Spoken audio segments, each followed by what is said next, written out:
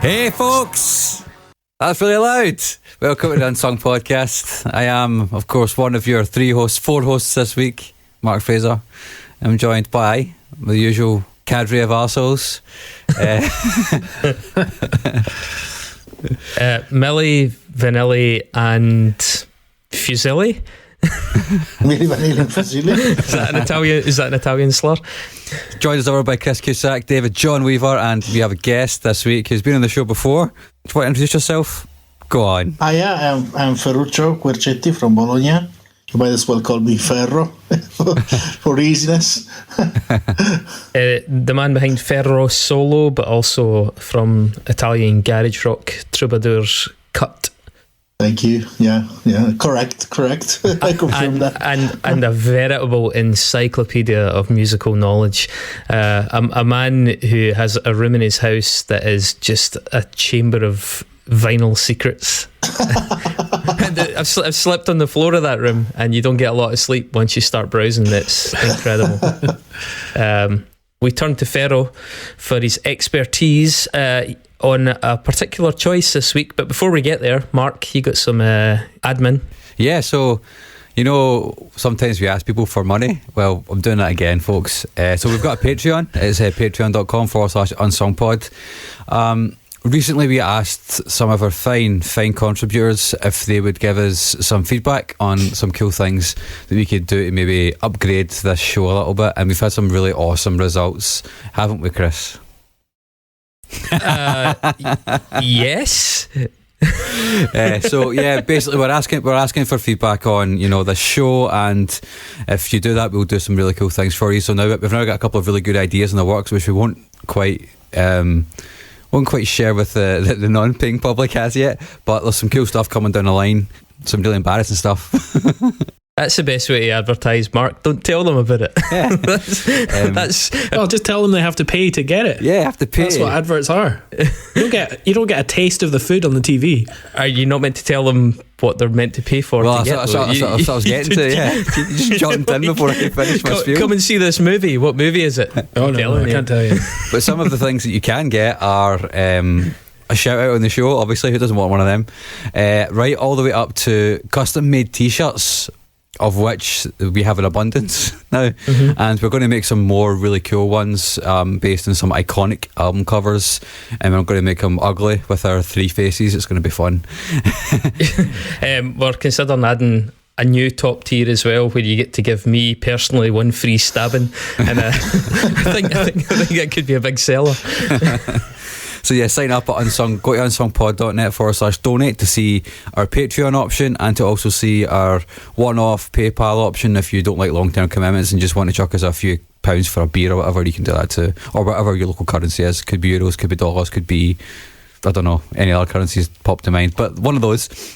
Do you want to know an interesting fact? I've had an interesting week filled with interesting correspondence, but one thing that got back to me through the grapevine is that there's somebody who happens to be in the same city as me who thinks I'm a member of the Illuminati and has been asking around to see if I can help them track down the other members of the Illuminati in Glasgow. Well, I've got an all-seeing eye tattooed in my elbow ditch, so does that make me a member of the Illuminati as well? This isn't a joke, and I'm slightly concerned to see if they're going to go so far as to test what colour my blood is, but yeah, true Come story. to think of it, I've never seen your blood, Chris, so the answer to that is currently unknown. It's strange, isn't it? I mean, we've been doing this podcast for over 3 years and I have never bled profusely in front of you. I mean, that is weird. That is really strange. Don't get that on Knowledge Fight. InfoWars. Yeah. Anyway, enough dilly-dallying. We've got a man with a beautiful accent here. We should utilise it. Ferro. Yeah, go for it.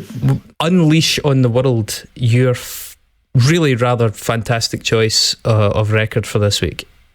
Oh, thanks. I mean, it was pretty easy because it's one of my personal obsessions. Especially because it's such an underrated and unsung band and album. We're talking about Dayton, Ohio's Brainiac. their third album from 1996 called Hissing Prigs and Static Couture.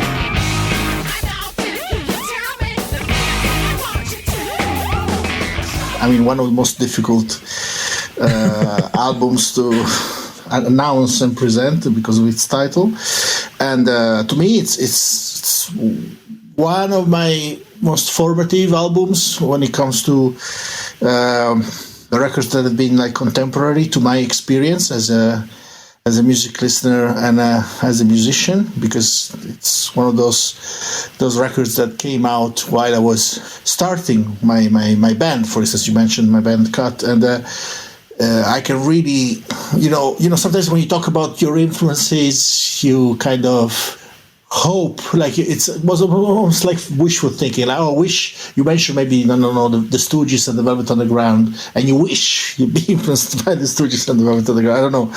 In this case, I can say the Brainiac really were an influence on us, because they kind of summarized a lot of what we liked, and they did it in a very contemporary way. And unfortunately, I mean, I don't know if I should spoil the story entirely now, but they were such a short-lived band that set the scene for a lot of things that were going to happen right after their breakup.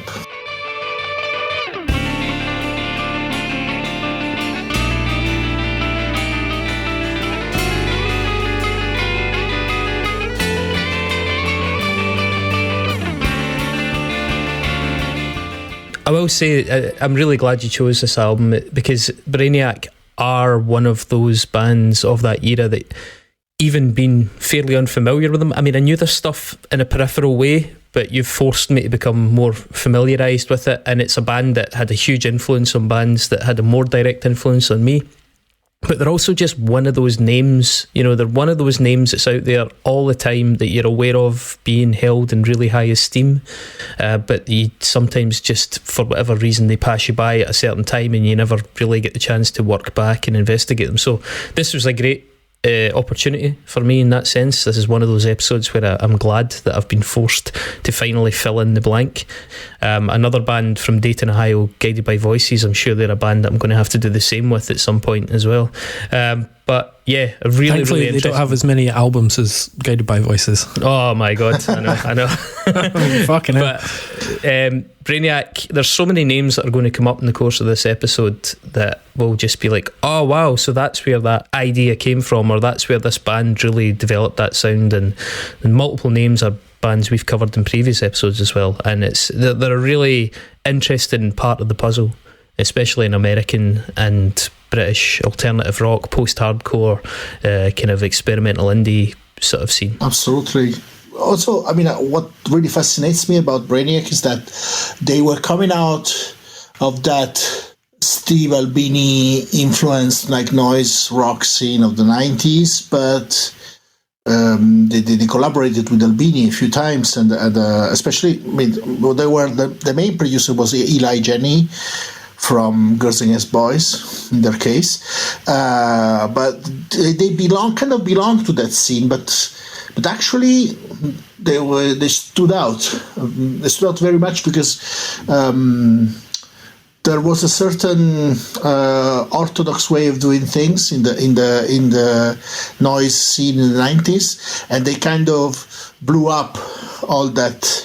They kind of started using electronica, for instance, electronics in a very distorted and overblown and completely almost monstrous way, Mm-hmm. Mistakes, we will walk home. We say mistake, manipulate, and do it again.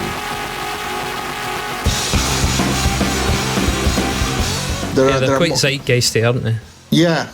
It's incredible how much they anticipated what's going on now and what's been going on in the last 20 years, I would say 20, 25 years. And as they were one of the first bands to look back at the 80s, but not in a in a postcard kind of glossy way, but they kind of like dismantled the sound of the 80s, the sound of like the synthesizers, and kind of destroyed. They make me think of like David Cronenberg's Videodrome. They kind of made these things. From plastic to flesh, they kind of it became organic, and also unsettling. The way they used these sounds that normally were supposed to be kind of pleasant or just atmospheric, and they used them to really like violate the ears. And I mean, there's some bits of their music where I wonder if my stereo is working correctly, like the intro of Hissing Prigs, for instance, is an example.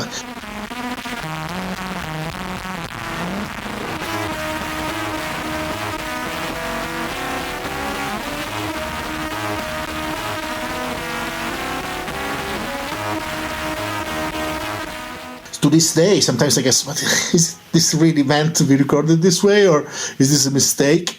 And on the other hand, they have super catchy moments. In fact, they've always been this on the brink of getting signed by a major label as well. And also this relationship with the market, with the music market, was different from the one that other bands from the same milieu, from the same underground had.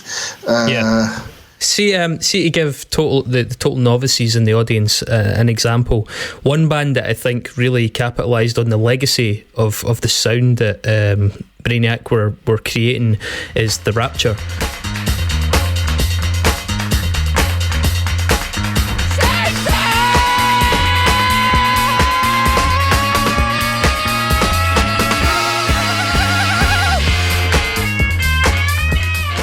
The Rapture and bands like Hot Heat and these kind of bands that had a very funky, groovy slap to their music, but never strayed away from being indie bands, and they used electronica, but they didn't make it sweet and glistening. They made it quite harsh, and Brainiac are far more intense than those bands, but those bands really took sort of notes from what they did.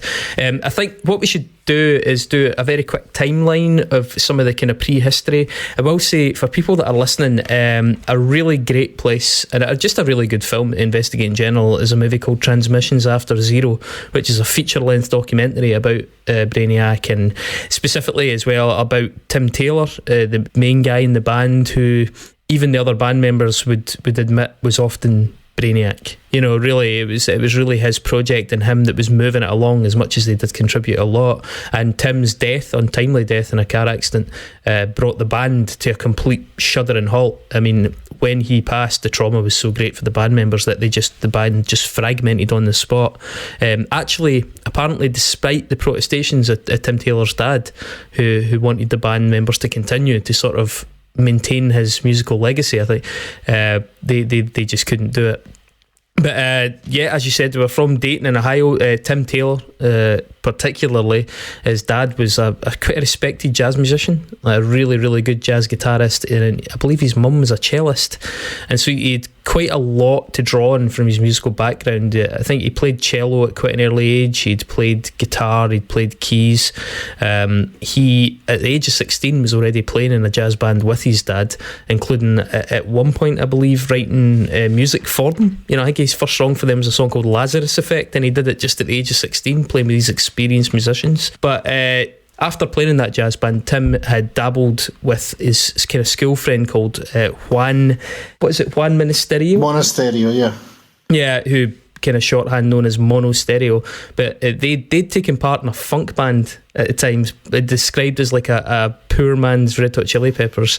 That I think Juan eventually quit, and Tim quit with him, saying, if you're going, I'm going, let's do something that we can really have control over and steer it in the direction we want to go to.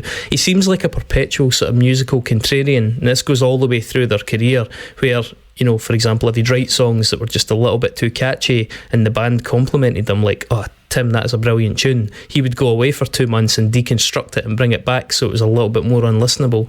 And throughout his career, this seems to have been a pattern. And with Brainiac, right from the very start, they wanted to do something that was a little bit it was difficult and it was challenging, and it just got progressively more so as it went. I believe that actually, I mean, Tim's very famous for his onstage persona. I mean, like ramming microphones down his throats, being very animated, almost being intimidating, being quite aggressive and then jovial. Like, really, he really specialised in unsettling his audiences. Ferro, did you ever see them live? No, unfortunately, no. I mean, I don't want to say something not correct completely, but I don't think did they ever tour Europe extensively? In the documentary, Stuart from Mogwai, Stuart Braithwaite's in it, and Stuart saw them live, so I would think that would have meant they played here at some point. Okay. They did a Peel session, so they were over in the UK at one point. Yeah, they did. So that's right.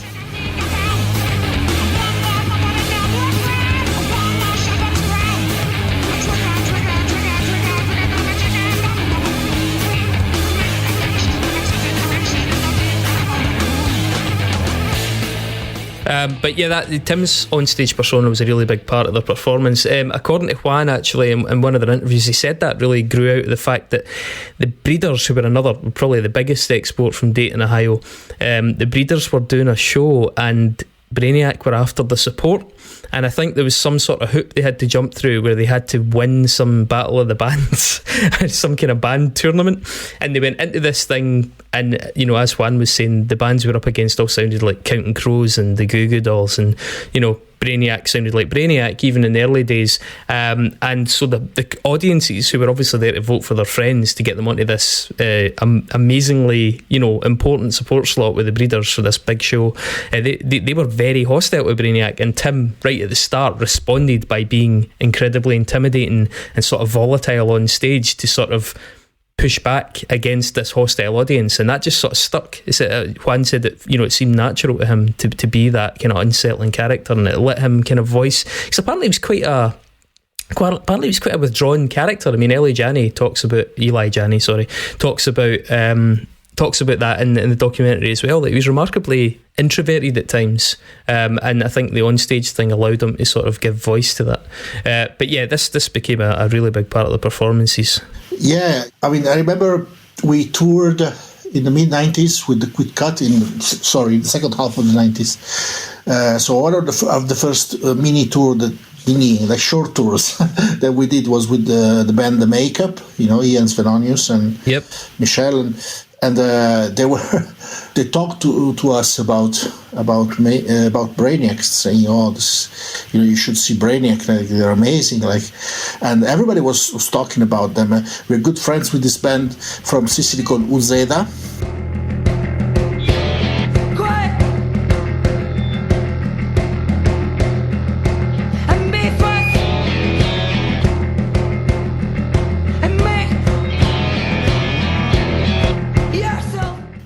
On Touch and Go and Quarter Stick Records, and I guess they played with them, or they saw them play live when they were in the US, and they came back for the US, I remember, and they were completely overwhelmed by Brainiac, by their live show, and they said, "Oh, this band is going to be so huge. This band is amazing. Like this band is the future."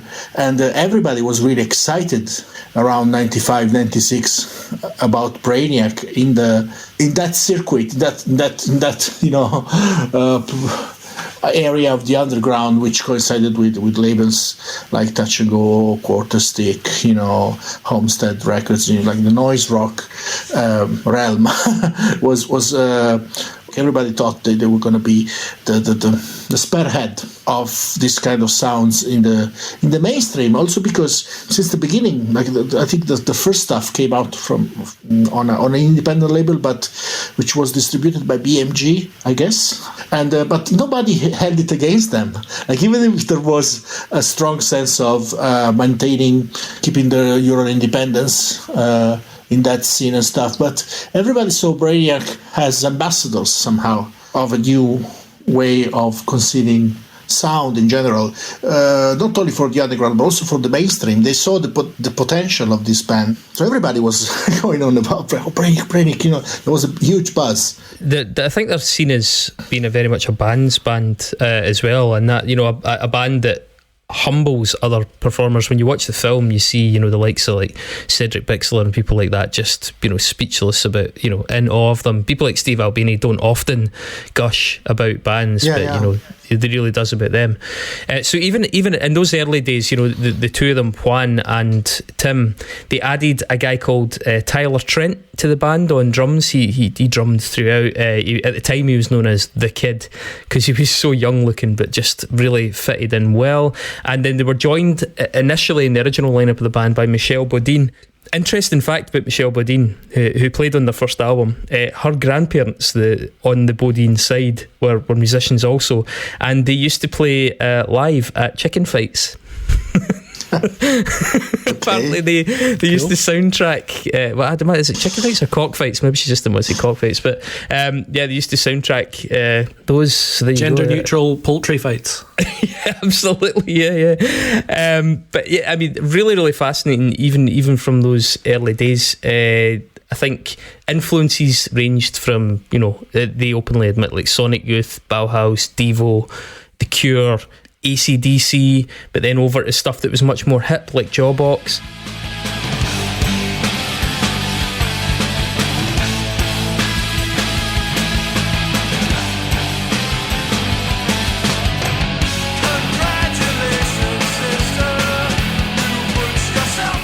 But they were also huge fans of Nation of Ulysses, and Nation of Ulysses was apparently what Tim used to say. You know, that's what we should be doing. That's what we've got to aspire to.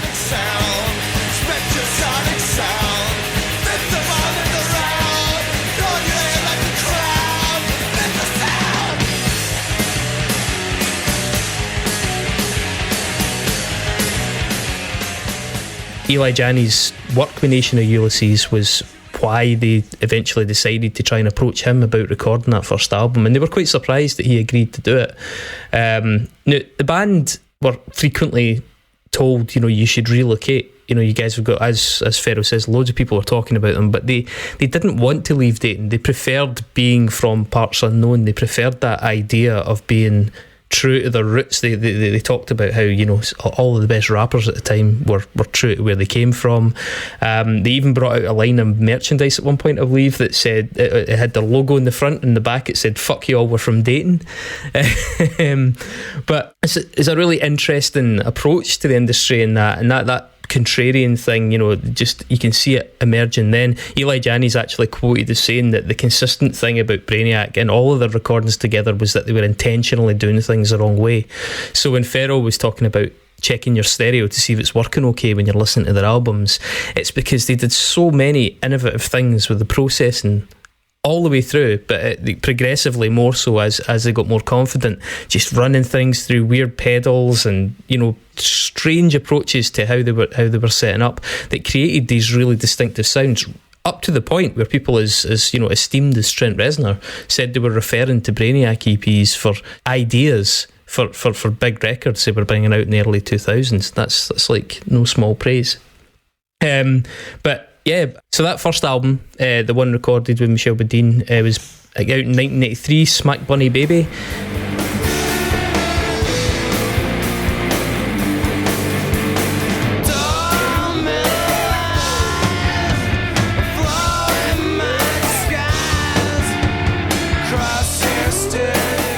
Ferro, any thoughts on that?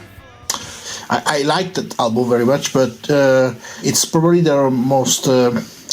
the album that it's more similar to the noise rock kind of noise rock / post rock kind of canon. I mean, I love that record. I mean, it's got some fantastic tunes, but I discovered it was an afterthought for me, because I first heard Bonsai Superstar, the second one, but I came back to Smack Bunny Baby afterwards. It's a great album. I mean, I think it's probably the one that it's kind of predates a few things that were gonna happen in the future with them. You're talking about the kind of noise rock circuit at the time, and it does reflect that a bit more obviously than the others. The opening track in it, I Fuzzbot, has it comes straight out the gates like a Sonic Youth song, I think. And I love that song. It almost has like a Cobain-esque Nirvana demo vibe to the vocals as well. Yeah, the vocals are very Cobain on this. I think a lot of this album is grungy, to be honest. And a lot of Cobain, but more sarcastic. Well, the thing is, when you go dig into the kind of Nirvana archives, the stuff that's off-piste, the kind of Outcesticide and box set sort of stuff, he did a lot of that kind of thing. He was a big fan of Jesus Lizard, and you hear bits and bobs of it in the Cesticide as well, and it seems to appear on this. The second track, Rude, also just sounds really alt-rocky. It's decent, but it's not revolutionary in the same way that other things would be.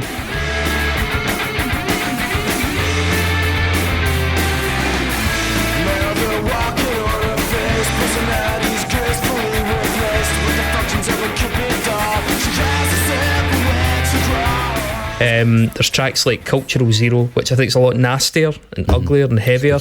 And I think one of the most interesting ones is the track Martian Dance Invasion, because that's the first time you really get elements of Devo pushing through in the music.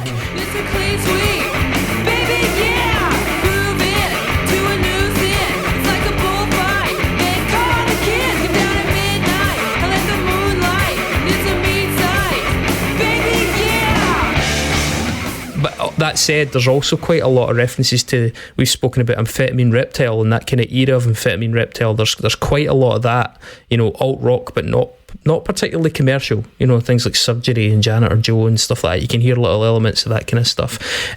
What they would go on to do, as important as it was, I think it's useful for us to contextualise it. At this time, there were a lot of people experimenting with varying degrees of success. I think Brainiac brought together elements of what became known as anti-rock, and probably the main band to refer to in that context would be US Maple.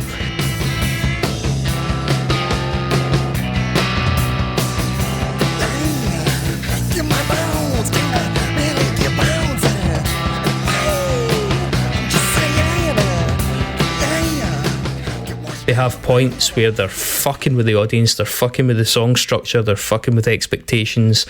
Everything about it is quite sort of meta and sort of quite self-aware. That's interesting though, because you can tell that you're both on the same page. There's a contract involved in listening to that kind of music. And on the flip of that, there was also a movement at that time that was taking sort of like post-hardcore. That was just emerging, but there were bands like Unwound taking that in really interesting directions.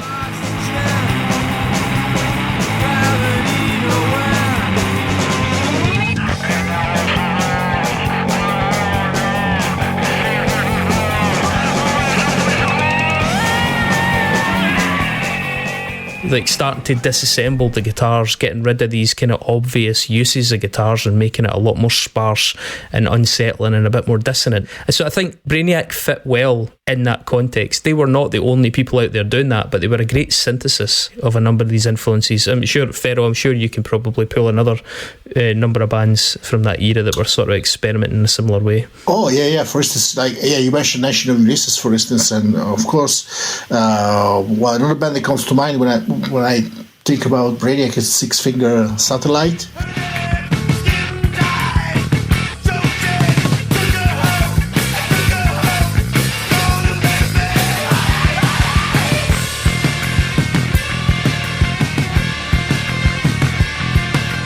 Great band, yeah. I mean, I think that they kind of, especially in this era, early era Brainiac, you can trace like you can find some similarities between Six Finger Satellite and Brainiac themselves. But yeah, you mentioned Jesus Lizard. I mean, the Cows. All these bands were trying, like as you said, you using guitars to dismantle guitars somehow, and starting to introduce some different elements, especially in the way the songs were built and delivered. And you mentioned grunge. You mentioned, if you think about, Devo, of course, but also a band like Human. Take it, baby, take it, baby, take it. Wow. Take it, baby, take it, baby, take it. Wow. Take it, baby, take it, baby, take it. Wow. Human from the late 80s, early 90s. I think they were from Seattle. Yeah, I think it was from Seattle. Well, the Northwest anyway. Yeah, And right. And I think there's a few elements of what Brainiac would do. I mean, or were already doing by their first album in the Human. It's funny you're referencing Seattle bands, because I think a lot of these movements and a lot of these weird sounds develop in isolation in more kind of musically remote places. And I think as much as the Northwest, Pacific Northwest, we've talked about how some weird sounds came out of there because they were able to kind of, have this weird mutation out in the middle of nowhere, to use a fairly topical term. Dayton, Ohio had a similar thing, that kind of like Midwest sort of. It wasn't LA, it wasn't NYC, it wasn't Washington. They were doing a lot of their own things, and there was nobody there to scoff at them or tell them they were wrong, and so they were able to kind of keep developing this and let it mature. You mentioned Jesus Lizard there, Ferro, and around that time they'd actually, obviously working with Eli Janney, that you said was from Girls Against Boys. They toured with Girls Against Boys and Jesus Lizard. What a fucking tour that must have been, first of all.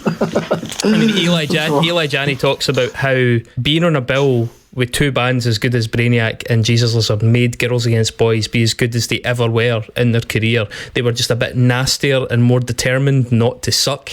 You know what I mean? Because Girls Against Boys were always a bit smoother than the bands in that scene around them, and so they had to raise their game, and that must have been an unbelievable tour to see them on.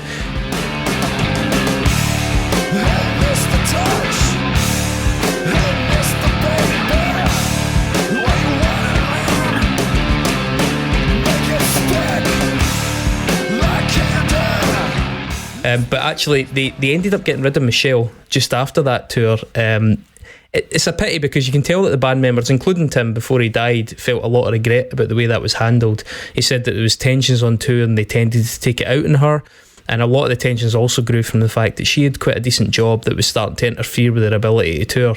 Now, bearing in mind that this band at one point were touring 9 months out of the year, that was the way they went about their job, was sleeping on floors and really plugging albums in person. So she was actually eventually asked to leave.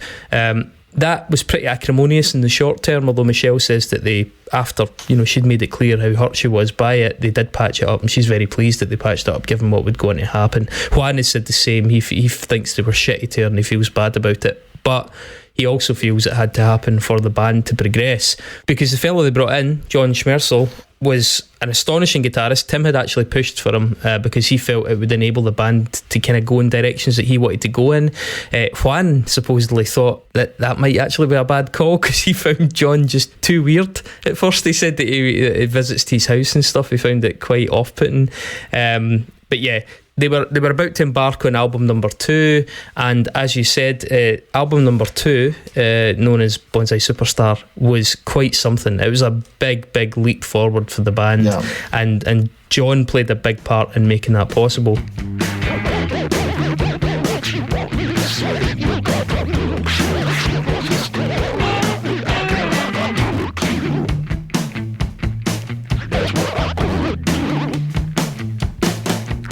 It is worth noting that Juan had actually originally wanted album number 2 to be a bit more refined and a bit more polished, and it turned out that Tim Taylor wanted exactly the opposite.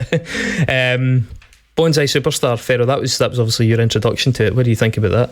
It's a close call with Hissing Prigs when it comes to my favorite. Well, they don't just 3 albums, but still, I have a hard time saying which is my favorite one between Hissing Prigs and Bonsai Superstar. I mean, Bonsai Superstar is basically, if you want a less refined version of Hissing Prigs. I mean, or the opposite. Hissing Prigs is a more refined version of Bonsai Superstar. I think it's the most uncompromising album they've done. Well, you can really see how on the arrival of John Schmersel kind of changed things in the band, especially the way the songs were constructed. Paradoxically, they were not as,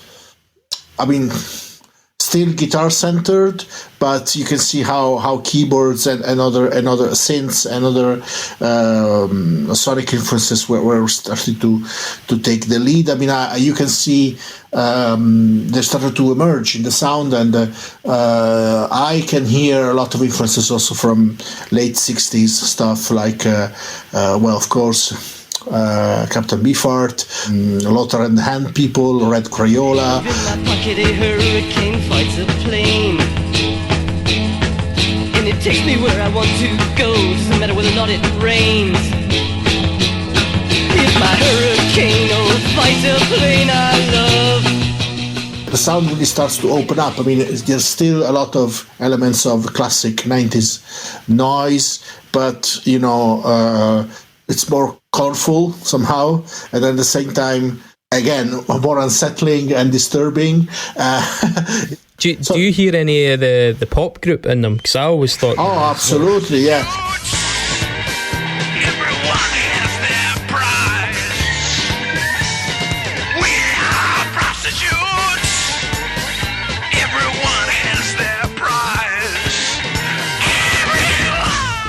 I think that the great thing about Brainiac is that they kind of conveyed a lot of this radical tradition, let's call it tradition or radical vein, popular music, which goes from Beefheart, you mentioned the pop group, MX, 80, Chrome, Devo themselves, Red Crayola, and all these people, Wire. Even Wire, why not? Gang of Four, but they kind of, or even stuff like even more extreme stuff like Throbbing Gristle or Nurse with Wound. They have all these dark elements as well.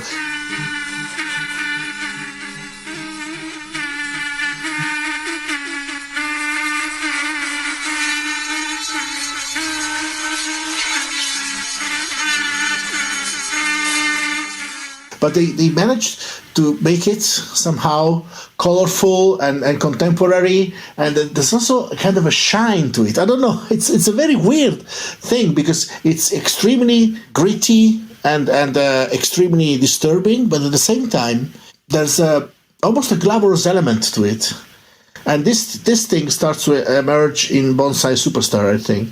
And it's interesting you mentioned like Nurse with Wound and Throbbing Gristle, because in Bonsai Superstar you've got tracks like Transmission After Zero that are like kind of electronic collages and experiments and like harsh noise and things like that, and that's really pretty left field.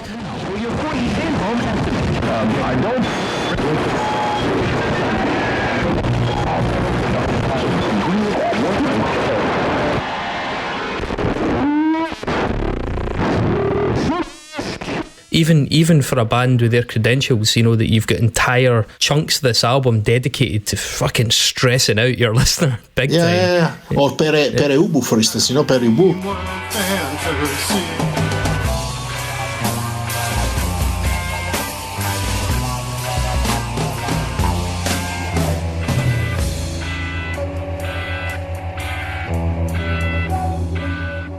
Yeah. I mean, they kind of condense this strain, I don't know how you call it, this vein or tradition of cutting edge rock music, I don't know, experimental music, call it what you want, and condense it, in albums that are like always like 30, 32, 33 minutes, very short albums, and the songs are extremely compressed. And Bonsai Superstar is I think probably the quintessential example of their sound, because it's very condensed. Yeah, I agree. 34 minutes long or something like that, isn't it? And it's like, it's also got some of the kind of most famous moments. Things like Hot Metal Dobermans, the amazingly titled first track, which actually has surprisingly interesting lyrics as well, albeit you can't often hear what he's saying, but the vocal processing in that really reminds me of the Mellow Gold era Beck.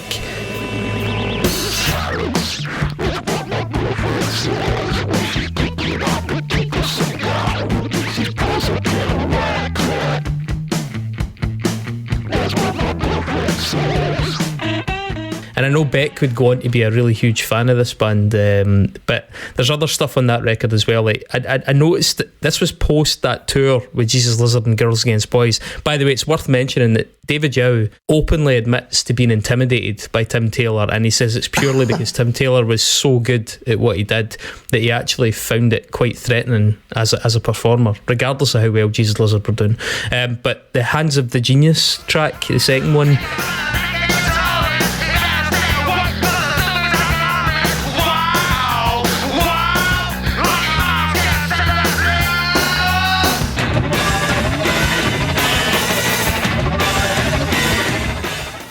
whilst it has some hints of 70s garage, it's got a lot of Jesus Lizard space and energy in it.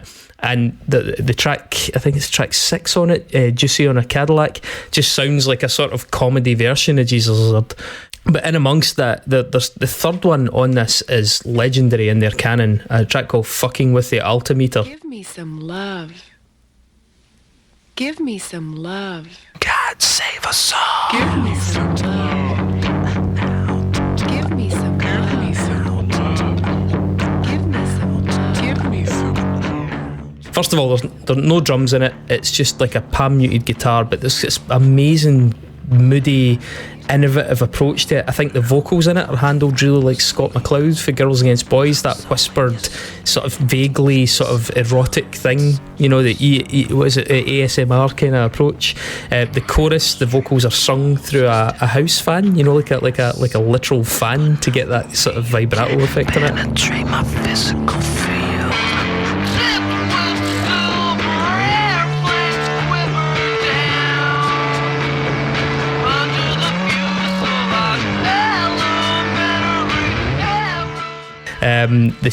The vinyl that plays through it is a sample from a record that was intended to teach your parakeet how to say phrases. So the reason that it's got that woman just repeating those weird phrases is because this is for teaching your pet. And I think also with that song in particular, bearing in mind this is in 1994, you can really hear the influence that had on people like King Buzz Osborne from Melvins, as Melvins were about to go into a period of their career with the likes of Houdini and that, where they would start doing really oddball vocal processed stuff, you know, just weird things. I think you could tell that he's in the Brainiac documentary and speaks of them glowingly, and I think you could really tell that he was affected by what they were doing with their sound, because Melvins went from being that kind of Lysol, doomy, sort of sludgy thing to being something a lot more quirky and erratic and almost more Brainiac-y. Yeah. Now think about the bands like Liars, for instance. Berries with a flashlight,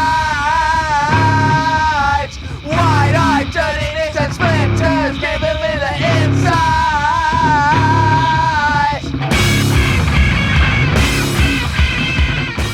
Nobody mentions the influence that quite clearly a band like Brainiac has had on a band like Liars, especially their later stuff after the first album, you know, from the second absolutely. album. And, you know, so their legacy, I think, is still there. I mean, Panda Bear, all that stuff, you know, Animal Collectives too. I think there's a whole side of electronica in contemporary underground music or independent music that, to me, comes almost directly from what Brainiac have been doing in the mid-90s. And it's something that, you know, it's rarely recognized. I mean, I have to say that I haven't seen the documentary you're mentioning. I mean, I want to see it so bad. So later on, please let me know where I can check it out.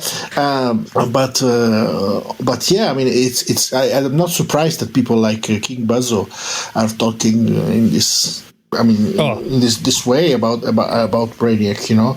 Very, very warmly, man. Yeah. What surprised me back then was that, despite being so unsettling and disturbing, and they still were under the multinational corporations. They wanted to sign them. I found this very strange because they were like much more conventional bands who never stirred the interest of big labels. But on the other hand, Brainiac, I don't know why, probably because there was this buzz around them, everybody was talking about them, you know, it was a time in the mid-90s where, you know, A&R men from major labels were listening to what people in the underground were saying. You know, there's a really good phrase for it, the post-Nirvana gold rush. Exactly. But, you know, I mean, it's very hard to imagine them on a major label, like, you know, or like big festivals, or you know, in the classic rock mainstream environment, you know. But still, you're talking about big festivals. The Lollapalooza appearance for Brainiac was a really big breakthrough moment.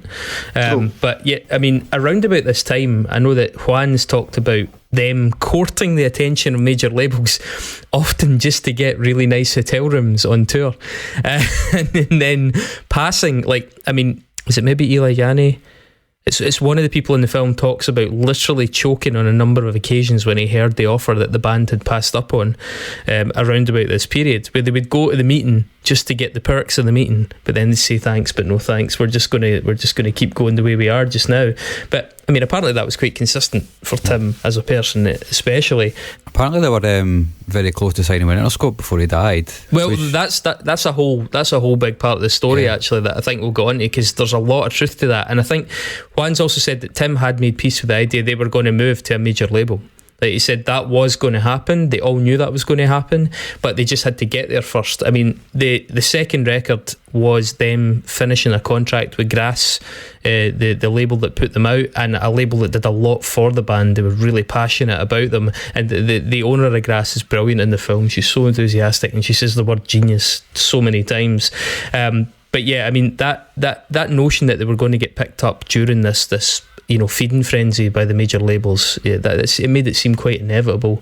But they also had a bit of an image change around this time. They started going to thrift stores and charity shops, as we'd probably call them, and getting really into quite extravagant, wearing leather jackets with things over the shoulders and wildly coloured 70s wear that they were picking up second hand. And they started to inject a lot of personality into their image as well, which I imagine the labels probably loved. But they said it was certainly made for some interesting situations, going on tours of like the Midwest but dressed like that, and going into diners and Idaho and things like that. They had some interesting moments and reactions. It's funny as well, Juan described immediately after they brought out Bonsai Superstar, he went home and listened to it, and he thought, this is fucking terrible, this is going to be an absolute disaster, which is the opposite of how he felt after the first album. And then when it finally came out, the reception was really warm, and he felt really relieved. But yeah, he just thought they'd gone in the wrong direction, and that maybe it was just going to be the end of the band, and that they were just going to disappear and all the interest was going to dry up. But as you say, far from it. They followed that with an EP, didn't they? Or it was kind of like a glorified single. It's called International in 1995, which, I mean, the main track on that was one called Go Freaks Go, which is pretty famous for fans of the band. This kind of really gonzo post-hardcore tune.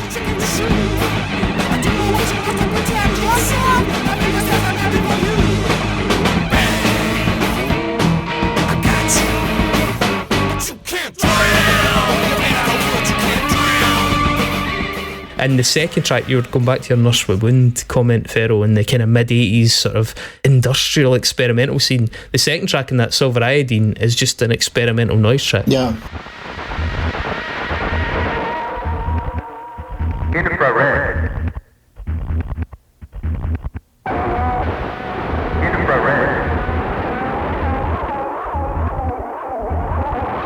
Which again is just a total right turn to throw in material like that. It's really bold. Absolutely, yeah. That's the story of their whole story. I mean, there's this incredibly catchy moments, and then the second after you're totally terrified by what you're listening to, because it's this kind of sonic nightmares, and the opposite. You're listening to something that seems totally obnoxious, and the 30 seconds after you're listening to this great melody or like this super punk rock kind of chorus. It's an incredible band. I mean, it's never totally unpredictable. And this EP that they did with the International was produced by Kim Deal, and it was the first record for Touch and Go, if I remember correctly. Because after their Grass contract finished, they released a few things for Touch and Go, and as I said, there was a lot of attention on what bands were doing, and that there was kind of so many people said it's time to take sides, to see if you want to stay within the underground, or if you want to side with the major labels. Girls Against Boys are a great example of that. Girls Against Boys absolutely met with incredible hostility when they went onto a major. Yeah, because everybody was feeling this kind of attack from the major labels to the world of the underground music. After Nirvana, but somehow Brainiac, nobody held this against Brainiac. Like everybody was happy they were going to go. I mean, I remember there was a good feeling about Brainiac going on a major label. I think it's just because people were amazed. Yeah, exactly, because they had this real troll kind of status, because they were like glamorous looking, as you said, they adopted this very glamorous look, very gender questioning, let's call it like that, look. And at the same time, they were making this obnoxious music. So they had, I remember, strangely enough, nobody was like kind of very critical of them. If Tim Taylor had survived, they were certainly going to be on Interscope Records. So, but nobody was critical of them. I was amazed by the fact that Brainiac was so loved and kind of protected under this respect, which didn't happen to other bands. You mentioned the Girls Against Boys, Jesus Lizard themselves, when they moved on to a major label, they were very much criticized.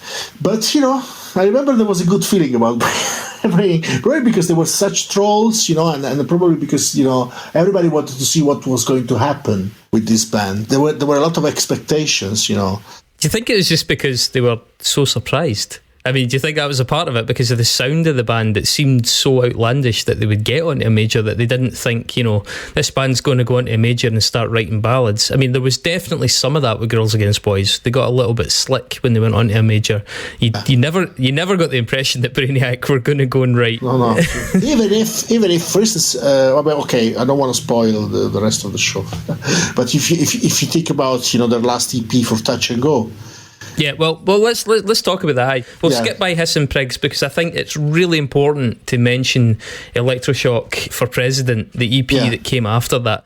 It's so much of a departure. They do this record. I know the band are a little bit uncertain about this EP. It was seen as being a bit of Tim's pet project. He wanted to do something really lo-fi, self-produced. It's a lot of people's favourites, and I have to say, it's maybe my favourite. I think it's fucking incredible. It's incredible. Yeah, I think it's my favourite.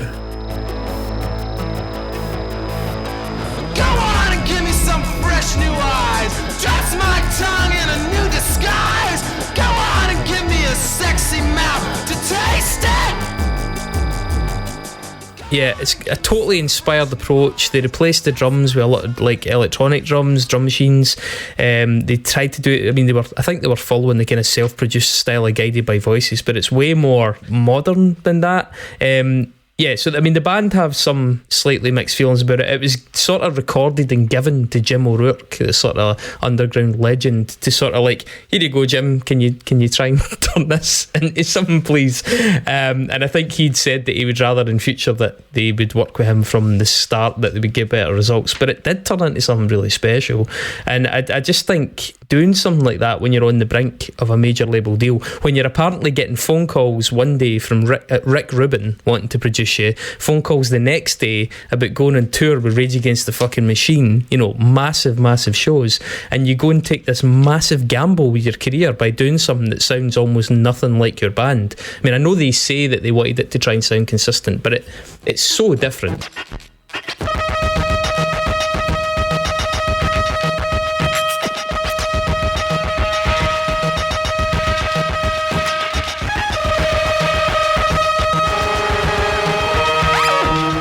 It's so wildly different, yet the results are really strong, to the extent that Trent Reznor was referring to it when he's in the studio. I mean, it is worth saying, before we talk about area tracks and that as well, that the band, I think, they've admitted that they probably would have gravitated in that direction. Supposedly they'd had conversations with Tim in the later days of it. They had written some new songs, but they felt that there was almost certainly going to be a move towards something that was a bit closer to that it wasn't going to be quite so rattly and punk and garage anymore, that it was going to be something a bit more electronic. By the way, it is also interesting as well that one of the reasons that Tim got into those electronics in the first place is because there was like this massive explosion of what would you call it, electro-funk maybe in the 70s and 80s, and that had led to all these Moogs sitting in pawn shops in Ohio, because there was bands from out of there that got quite big, like a band called Roger and Zap, or an act called Roger and Zap.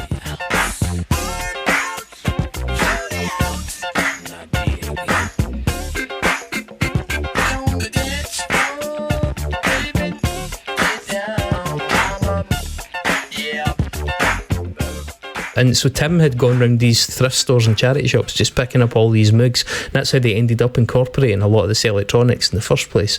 But yeah, they supposedly said it was very likely they were going to move in that direction if they did land on a major label. So it would have been interesting to see how that way ended. But it's a fucking brilliant EP. I mean, released just prior to Tim's car accident. I mean, I do think as well, bands like Les Savy Fav who incorporated electronics into the indie format took a lot from this, but I mean, even just, I mean, it kicks off in such fucking brilliant style with fresh new eyes, the loads of sequencer in, it's really malevolent, and it's got a kind of slightly post-industrial vibe, that song. Yeah, it's incredible. And the Flash Ram, the second track, I mean, it's I hate, I grew up hating like Duran Duran, because they were like, in Italy there was this like youth movement called Padinari, where like following these bands like Duran Duran, Spandau Ballet, in the 80s. So the alternative move was like growing up loving underground music. I hated Duran Duran, and the stuff. And Flash Ram, the second track on this EP by Brainiac, is the most Duran Duran sounding track I've ever heard from an underground band ever, and I love it.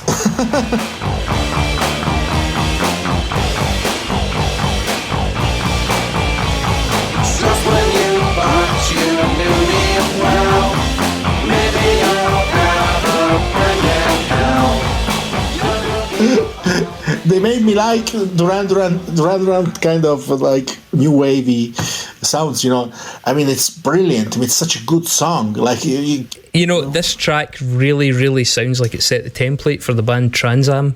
Absolutely. The whole 80s revival starts here with this EP. Like it's the beginning of these sounds. I didn't hear these sounds since 85, 84. I mean, I come from that age, I was there, and this was the first time when these sounds were properly brought back and done well, and done maybe better than back then. This is like amazing. Like, I think it's interesting though, because as you said earlier on, what they took from the 80s wasn't like the safe options. It wasn't the sort of cheesy stuff. I mean, between Fashion 500, which is like this full-on cutting-edge electro,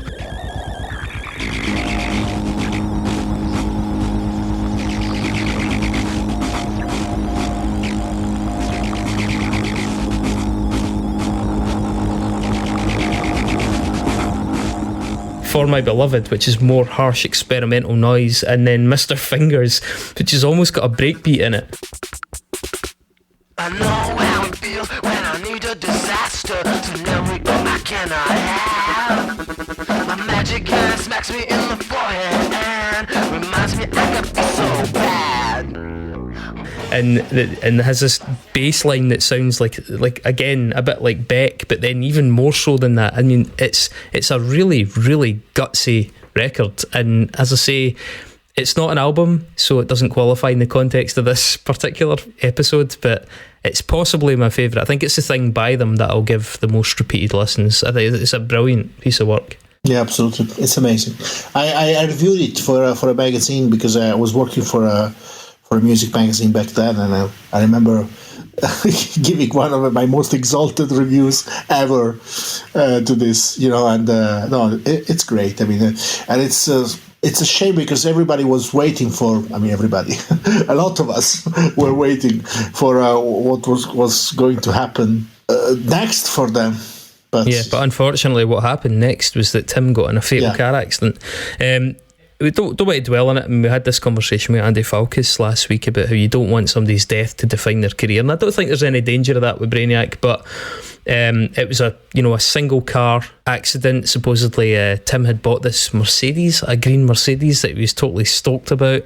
He'd actually been showing it to someone, and they'd noticed that the parts of the Mercedes were really rusted out, and what it seems had happened was that Tim, when he'd been driving the car, had been slowly accumulating carbon monoxide in his system, and then on that kind of final night of his life, he had just passed a certain point in the blood saturation. He passed out, the car hit a pole. It was apparently a horrendous crash, the worst that the officer on the scene had ever seen, and he didn't stand a chance. And that was him dead. And in the film, you see the bandmates trying to describe their complete disbelief, getting phone calls from their sisters saying, "Are you watching the news?" and things, and them not realising it was the same Tim Taylor and things. It's fascinating and so incredibly sudden, and the fact that it happened on the periphery of that breakthrough is just, it's pretty. It's a stunning story. I mean, no rhyme or reason to it, I guess. But so that, unfortunately, the follow up to that never happened. They did do some reunion shows. They'd actually, I think the reunion show, the first one they ever did, which was in Dayton, was actually supposed to be two of the members doing their high school band reunion, and then the headliners, who were a hardcore band for this fundraiser, had some personal tragedy of their own that forced them to pull out, and they had a week's notice, and so the other members had phoned Juan, and Juan had said, "Let's just fucking do it." So he got on a plane and flew out to Dayton, and that was Brainiac playing a reunion. I think it was in 2014, after nearly 2 decades. They initially billed it as Will Eat Anything, because Will Eat Anything was one of their original sort of working titles. The venue was apparently 75 capacity officially, and there were more than 300 people in it. So as me and Dave can probably imagine the headaches that arose for that in advance, but those are also some of the most fucking amazing shows you could ever go and see. But nothing else was ever released. But let's fucking talk a wee bit about Hissing Prigs. The legendary third album. I mean, another of those albums. I mean, after Bonsai Superstar, I think this is what kind of defines if Bonsai Superstar had consolidated the sound of Brainiac, presented this kind of nightmarish and at the same time very, very somehow endearing kind of sonic concoction. I don't know how to call it. This one was the one that perfected it. I mean, Hissing Prigs. I mean, I remember when it came out. It was such a weird thing. I mean, it was such nobody really knew what to do with it, because everybody realized. I mean, among my friends, among the people who were listening to this stuff, that this was a great album. Put your face on me.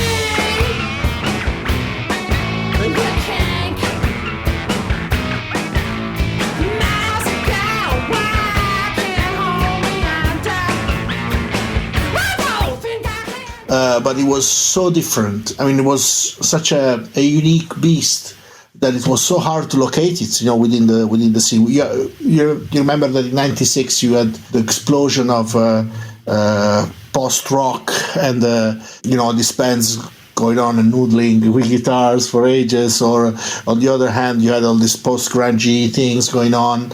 And Dave, when was the first Korn album? 94. 94, yeah, because Korn were on to Life is Peachy by that point as well. The music scene at that time, it's crazy to imagine it, but Korn were a real thing on MTV already. No, absolutely, new metal, of course, Korn. But on the other hand, this one was such a award in itself, and at the same time it was so much of the times. It was so contemporary. It was very hard to capture it. I mean, to really assess it, for what it was, which is a masterpiece in my opinion. And very much like Bonsai Superstar, it switches from maybe even more than Bonsai Superstar, because you get this very sonically daring moments, which immediately turn into these fantastic melodies or super catchy garage Devo-ish tunes, so it is this game between kind of almost scaring the listener, and the second of 30 seconds after you're punching the air because this fantastic riff and this melody and this chorus. I mean, it's really unsettling, and to this day I've been listening to this one for 1,000 times, or maybe 1,000 times a year, and to this day it still surprises me. I mean, there's moments where I'm still get okay, this it still catches me unprepared. Ferro, I'm not doing it sequentially, but I think one of the great points to jump into this record is Vincent, Come On Down.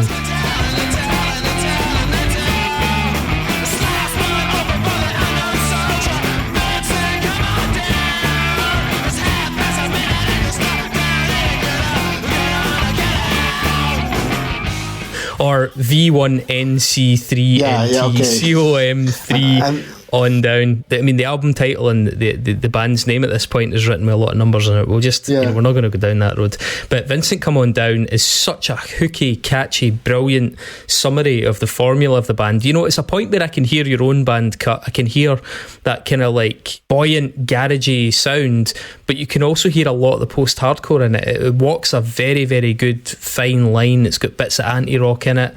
It's a definite inspiration. Now, I hadn't realised this until deep into this album, but the Icarus line, the first album they brought out, Mono,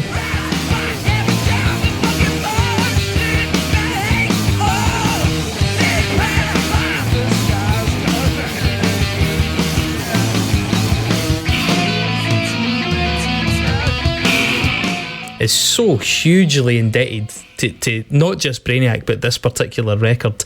But Vincent, Come On Down is just a brilliant example how you can write indie rock but also make people dance. Exactly. I think about the Blood Brothers, for instance. The band, the Blood Brothers. I think.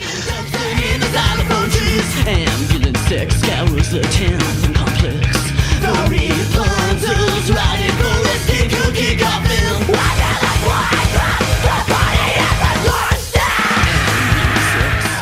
Clearly, you see many moments, especially from their second and third album. I mean, you can really hear Brainiac there, and especially Hissing Prigs. Or, for instance, another one that's pretty incredible to me is I Am a Cracked Machine, The final track, The final track. I am a cracked machine. I am a hack shop robot. Short my possession. I guarantee you cannot get to me. That's my favourite song on the album for sure. That's a total beast. It's kind of, the vocoder effect is kind of annoying, but it actually really works. It's that whole it's like almost disco punky in a lot of ways, man. I love the part where his voice becomes completely clean and it's just screaming, and then the weird vocal comes back in. It's just a really fun song actually.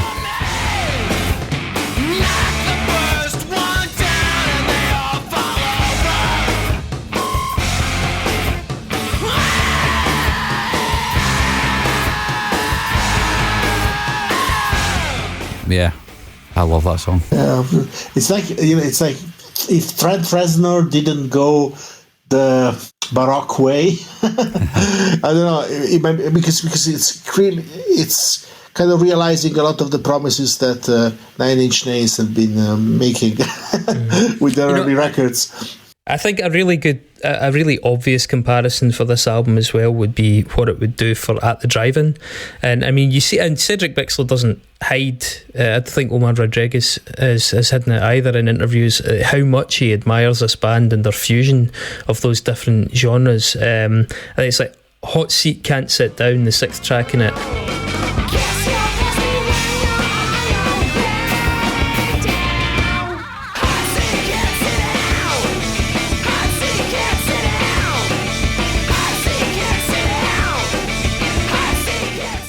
Has it's really gonzo indie stuff. The vocals in it are mega loose as well. There's a really sort of like boozy way that he does his singing in it, but the guitars, the cacophony approach, it really reminds me of like the Via era of At the Drive-In, and it also really, that unfussy, dissonant, bad tuning thing they do, like not playing perfectly placed chords.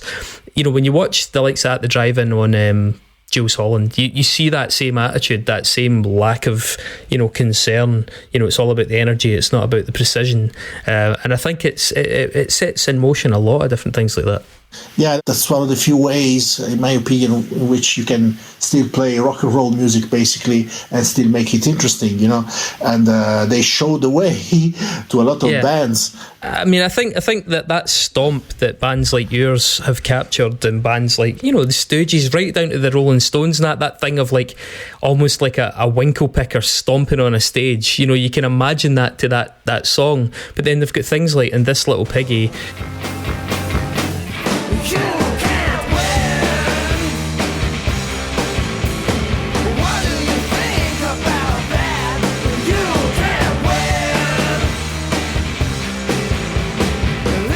They've got almost a Nirvana chorus in that song. Yeah, I've actually read it's got a real grunge vibe in a lot of places, this song. Yeah, brilliant chorus. And then in the fifth track, Strung,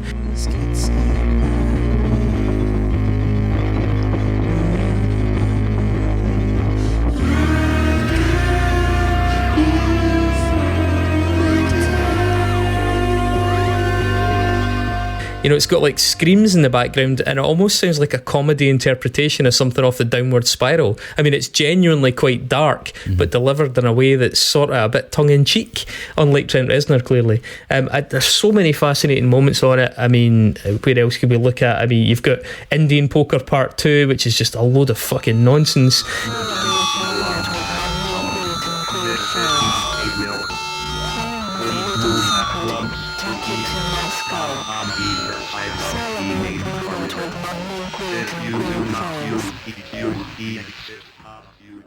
I think an interesting track in particular is track 12, Nothing Ever Changes. That was actually recorded by Steve Albini in his basement on Todd Trainor's drum kit. It never could happen. You wish you never knew the presence. The latest in fashion, who by passion, the damn you don't. And of everything she wears, screaming you want to scream. And I know that is it Tyler said this was known as the Great Drum Album amongst the members of the band because the drum sound that they got in it. I think actually the guy that donated the drums to the band for the recording was related to somebody in Van Halen, and he basically turned up with all these like hard shell cases full of like the most amazing drums, and then the other, and then they also used Todd Trainor's kit as well. So they said it was just a joy, the sounds that they got out of this equipment. So I mean, there's so many interesting points that I would say as well. I want to drop the names of some weird European bands that I think have tried to synthesise some of what Brainiac were doing, like Deus in some points of their career, but also the Belgian band Millionaire.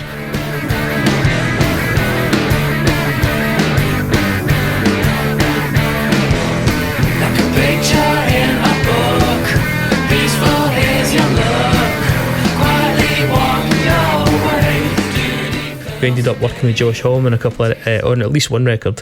There's a track in this called Beekeeper's Maxim, and in that track you can really hear moments of like almost like, wait for it, Prince, elements of that Prince vibe, but then mixed with like, again, Scott McCloud, Girls Against Boys, the weird vocals through chorus pedals. Bands like Millionaire for me are some of the best examples of taking that mixture of influences and developing it. And I think I mean, as we said, the footprint of Brainiac across the music scene, not just from this album, but I think, as you say, Ferruccio, this is a particularly strong example of it in their canon, is astonishing. It has to be either this or Bonsai Superstar, clearly. I know that the difference between this and Bonsai was that Bonsai was really, they went in, they recorded, that was it, that was a record. This, they had a full demoing process, they had a full pre-production process that they didn't get with the other one, and that the tones and things, as a result of having better equipment, for example, donated to them, just really benefited the record in the long term, made it that little bit more punchy and that little bit more listenable and easy on the ears. I would probably agree with you. I would probably side with this, although I think Bonsai has some of the most astonishing moments. I mean, I already mentioned Fucking With The Altimeter, which I think has to be one of their most important songs. But I mean, definitely, this record for me, it's a shoe-in, man. It's brilliant. Yeah, it's the one that I've listened to the most. Also, so I'm it really connects with the time when we were touring with a few noise bands from the US. So there was a time when there was this record was like permeated the atmosphere, and so that's why I'm so connected to it. And also because I think that the extremes on this album, on Hissing Prigs, are more focused than on Bonsai Superstar. Like the pop things are like working great, and the noise things are working great, and they stick out very distinctively. Whether Bonsai Superstar is perhaps more cohesive as an effort, but maybe it doesn't have the peaks that Hissing Prigs has. I mean, in general. I'm generalizing because they're both fantastic albums, but I'm trying to find the reasons why I turn to Hissing Prigs more than Bonsai Superstar. I really think Bonsai misses a track like Vincent Come On Down. Exactly.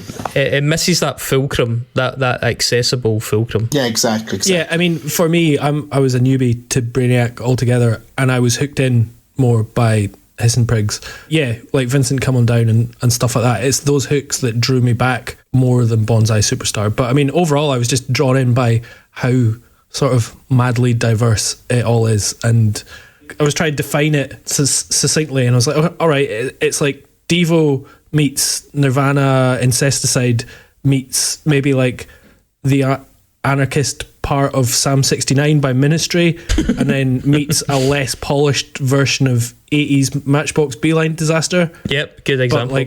And that's great because all four of those things are good things. Yeah, so yeah. That's interesting. I didn't even think of them, but you're right, man. Totally, absolutely. I'm sure they're huge fans.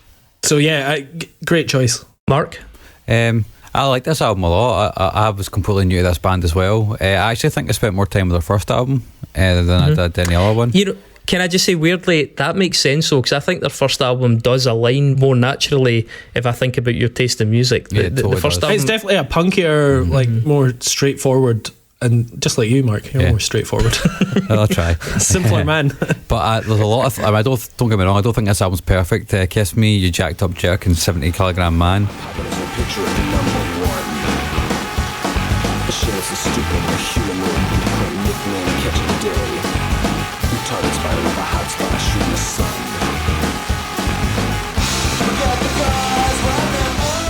Two songs that completely pass me by every time I listen to this record, but everything else is just fucking weird and great. I mean, you obviously hit the Prince buzzer, Chris, but there's a lot of funk. There's a lot of funk bass on this album, you know. Yeah, he was a big fan apparently. I mean, Prince's name comes up a number of times in the interviews that I've seen. He's a fantastic bass player, you know, and I can totally see why Interscope was signing this band. There's the same record label that signed Nine Inch Nails, right? It makes sense it would be them. And Helmet. It makes sense if any label would do it, would be them, you know. That all mid-90s alt rock in America is booming, and they were just looking for a different take on that alt rock, and I mean this was as different as you they were throwing money at everything, but I do think it is fair to say that with Brainiac, if you were canny, you would maybe think, you know, it's like spotting a young football player. You're like, there's something there that I think they could come out with something truly special that is like becomes like a big hook. You know, you could imagine them developing into that sort of like early yeahs, like dance indie electro crossover thing with the, you know, bigger studios, bigger producers, maybe a wee bit older, you know, and that's not to dismiss their early career, which I think is terrific, but you could see what an enterprising A&R guy would maybe see in them. Absolutely. Yeah, I mean, they gave Melvin's Melvin's got a major label record deal, do you know what I mean? So it's obviously not unprecedented, but all they would need really is two singles, right? And they're so close to it in this album. Vincent Come On Down, we've mentioned, is like, it was a single. And I think there was another one as well, I can't remember which one it was. I think, was it The Vulgar Trade? It was maybe a single. There was another single that they released, got a video on this album as well. But there's a couple of songs that are so close to it, you can actually see them getting there really quickly without even having to try too hard. You know, and it's the thing that the allure of this record for me is finding the cracks where something nice and polished comes through, but then it just gets like swallowed in horror. Sometimes it is pure horror, you know. And I love that about it. I like that they don't really take any prisoners. Like, you get, when you listen to a Brainiac album, no matter which one it is, you get the full Brainiac experience. There's no fucking around. You know. Yeah, it looks pretty unanimous, Ferruccio. I think you've been successful in your mission without too much resistance, man. I hope that the listeners will explore Brainiac, because they will find a lot of the roots of what's been going on in the last 25 years or 30 years in music. I mean, because really they've been predating a lot of stuff, and I really agree with what you just said. I always wondered about this interest by the major labels, but yeah, I guess you're right. They kind of looked like the kind of band that they were so unpredictable and so kind of genius-like that they might come out with an incredible single or an incredible hook out of this kind of this mass of sounds and influences, and I guess that's one of the reasons. And I think also Trent Reznor, he must have spoken to Interscope a lot about them. Mm-hmm. Possibly. That's a very good point. Well, there's only one other question remaining, and that's: did you manage to find a way to nexus this band to William Gibson, the creator of Cyberpunk? This is the first time we're seeing Nexus tonight. Will it be the last? What do they have in store for us? Not good for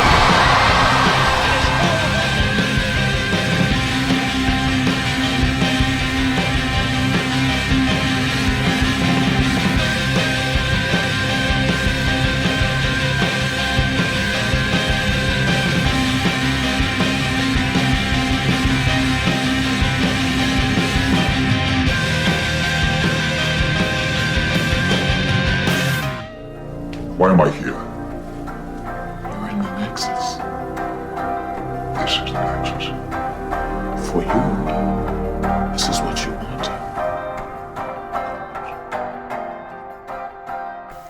No, you catching me unprepared on this. I'm sorry. Ferro, I can tell you bottled it, but William Gibson, as chosen by a Mr. Kenny Bonella, one of our least respectable listeners, but and sub and patron.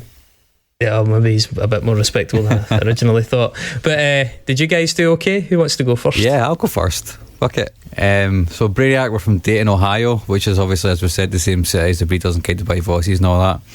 Also from Dayton, Ohio is Martin Sheen. Oh, really? Yeah. There you go. He starred in a little film, you've probably heard of it, called Apocalypse Now. Mm-hmm. Obviously that film was like torture for like Francis Ford Coppola, and there's a documentary called Hearts of Darkness, which his wife started filming during the filming of Apocalypse Now and turned into like a huge thing. And genuinely, that film's also amazing. It's fucking great. It's a really good documentary. In that film, George Lucas actually pops up and talks about Francis Ford Coppola and the filmmaking process and all that kind of shit. He also pops up in a film called Side by Side, which is like a film about the sort of film and digital workflow processes, and kind of talks about how the post-production like world of film has really changed a lot, and how like the evolution of that has actually really helped innovate a lot of filmmaking. He talks in that about obviously things that he's done, both in the old good films and the later not so good films, which were all digital. And that film was actually produced by Keanu Reeves, who's also in that film. And he also played Johnny Mnemonic. Mnemonic. Johnny Mnemonic, which is first a book by William Gibson, and was then turned into a film which Gibson wrote as well, and was unhappy with the outcome of, because apparently the studio fucked it really badly, and just chopped up and made it unwatchable. Well, in his eyes, unwatchable. It is a pretty dull film, to be fair. But I don't know if any of you guys have also got the Alien 3 thing. Mm-hmm. William Gibson, yeah, he wrote that. No. I've gone Johnny Mnemonic, but I nearly did Alien 3. Yeah, I don't know this. Yeah, he wrote Alien 3. He wrote a draft of Alien 3 as well. Oh wow! And it was later also. That was David Fincher's first film too. So neither him nor the writer had a particularly good experience on that film. And because David Fincher eventually like disowned that, and almost. That's a slightly unsung film. It's treated more harshly than it deserves. I agree. It's pretty well, good. For our spin-off podcast, we can do Alien 3. Absolutely. But the reason I brought it up is because his script for Alien 3 was recently turned into an audiobook, and it's on Audible. As its own kind of thing. It's on Audible. Yeah. Sorry, it just sounded like you said it's inaudible. Yeah. You just mumbled the entire way through it. It's an Audible. But yeah, that's me. So Brainiac Transmissions After Zero is the aforementioned documentary, and it was produced by like a friend of the band, I think, Eric Mahoney. Eric Mahoney he produced a couple of other things, including the Joan Baez documentary, and working in TV and as a producer and stuff like that. He's done some other things. Turns out he'd been a production assistant on The Wire. Wow. But he's also, for 2 episodes, he was a production assistant on World's Dumbest Criminals, which is on, I don't know, True TV or something, American cable TV. And I mean, that's just like 20 minutes of half-witted, idiot criminals getting caught on camera. Yeah. And they quite often have like guest commentators and hosts.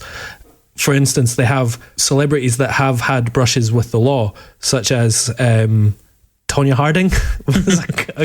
Has she been in trouble? I don't remember. Well, yeah. And then also Gary Busey. Oh, of course, the Bus. So Big Bus, and Big Bus, God, in his selected filmography, there's a lot of shit. But from I mean, in 1987 he did Lethal Weapon, and then 1990 he did Predator 2, and then 1991 he did Point Break, and then 1992 he did Under Siege. Like, that's 4 classics in a row right there. Yep. And in Point Break, of course, he co-starred with Keanu Reeves, blah blah blah, Johnny Mnemonic, blah blah blah. Have you seen the Predators, the Shane Black one? Yeah, it's good. Yeah, it's actually quite good. It's Gary Busey's son that plays Gary Busey's character's son from Predator 2. Nice bit of Weird bonus trivia there. Yeah. Right, Brainiac. Brainiac, the band, is named after a supervillain for the DC Comics. He was a nemesis of Superman. He was also a member of the Legion of Doom. The Legion of Doom, aka the Road Warriors, were a WWF or WWE tag team. I mean, super famous, Hawk and Animal, right? Yeah. But their special move was the Doomsday Device. Yep. The Doomsday Device is probably best known from the Doctor Strangelove, which is, I think, where they got it. But here's an interesting wee sidebar. The Doomsday Device, in reality, is known as Dead Hand. And also like aka Perimeter, and this was used by the USSR, and what it was an automatic nuclear response system. This immediately brings to mind the likes of like Skynet and things like that, right? But it's an automatic response system that basically didn't need any human authorization if a full nuclear strike was launched against and the chain of command was actually eliminated, and it was in effect from 1985 onwards. Now the people that invented it said it was supposedly a buffer against hasty decisions, since it meant that even if everybody was wiped out, there would be a counter-strike. I'm not necessarily sure that's how the general population would interpret it after like almost four decades of post-Terminator paranoia. But the idea was that it would respond with extreme force, but the inventor claims it was there to cool down all the hotheads and extremists. I think one retort to his definition would be the fact that it became known as a fail-deadly versus a fail-safe, which was that it would default to absolute catastrophe. Anyway, so the Doctor Strangelove Doomsday Device. Did you know that the original ending of Doctor Strangelove, the movie, Stanley Kubrick's movie, was supposed to be just a giant pie fight? As a metaphor for a nuclear war, right? But supposedly Peter Sellers was getting a visit from his good pal Spike Milligan, who, along with certain Harry Seacombe of Songs of Praise, they made up the 3 members of the Goon Show on BBC Radio. And Spike Milligan apparently suggested this like really black humour ending, which is atomic bombs going off, accompanied by Vera Lynn's "We'll Meet Again." Spike Milligan, and was he married multiple times? At least one of his marriages, his best man was George Martin. That's it. I know that's the marriage that led to him having a child. George Martin produced a track called Tomorrow Never Knows, which is the final track on Revolver by the Beatles, I believe. And Tomorrow Never Knows was covered in 2010 by a band called the Meat Puppets in collaboration with a woman called Alison Scott, who I'm not familiar with. And Meat Puppets, they got their name from meat puppets, which were AI prostitutes, the top level of AI prostitutes, I might add, from the book Neuromancer by William Gibson. Hey. Well done. Ding dong. Well done. Great work. Awesome. Nice one. Amazing. Nice one. Yeah. Ferro, it was a great choice. I'm really glad somebody Thank you. with some knowledge of the subject brought it to the table, because it enabled us to tackle it in a way that I think was befitting. Because you don't want to fumble a band like Brainiac, because they're really important to a lot of people, and they've just got so much importance, I think, in the indie Western canon. You know what I mean? Mm-hmm. So great choice, man.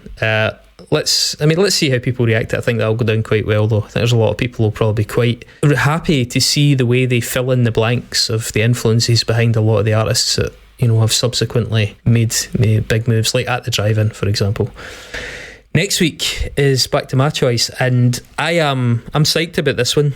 Dave, I think you're going to have a really good week as well. Ferro, I would encourage you to go and check these guys out, just simply because they're absolutely fucking brilliant. And this is one of the purest examples, I think, of the remit of this podcast. This is a band you are unfortunately very unlikely to have heard of, unless you're one of our mates.